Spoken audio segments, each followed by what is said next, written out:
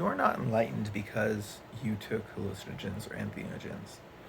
My working theory of hallucinogens is that hallucinogens create qualia or sense. They create the biological resources that are necessary to create sensation, right? Now, because belief and certainty, those are sensations, those are qualia, by the nature of giving your body more resolution, more paint to paint your thoughts with. You're also giving your body and your brain more certitude about the conclusions that you're making when you are experiencing those thoughts, right? You're upping the resolution, massively, and you're also upping the capacity for your brain to use those resources to create the sense of certitude about the conclusions that you're coming to. Does that make sense? So if you can't bridge the thought or the experience that you are having in that state to the experience or thought that you would be having in a state where you are not taking a hallucinogen, I would say that the insight that you've received from the entheogens is incorrect or misleading or dangerous, right? The real challenge is, can you experience that? Can you use those tools? It's like, okay, can I get a GPU? Can I get a TPU? Can I up my compute on my system?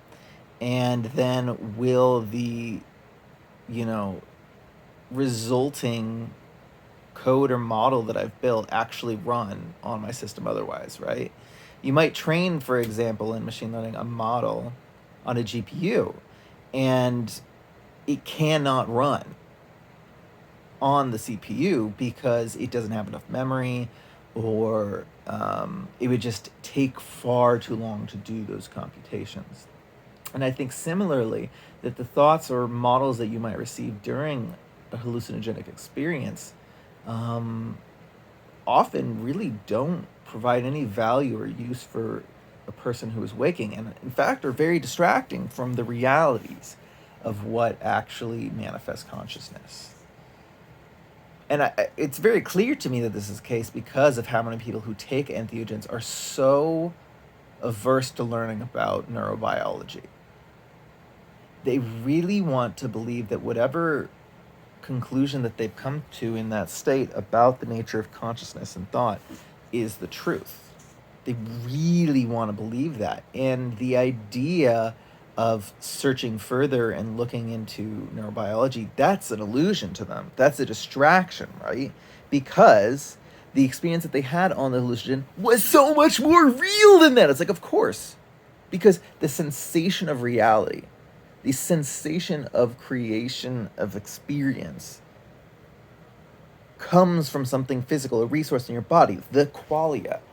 And the hallucinogens are giving you more of that. So of course you're going to think it's more real than reality.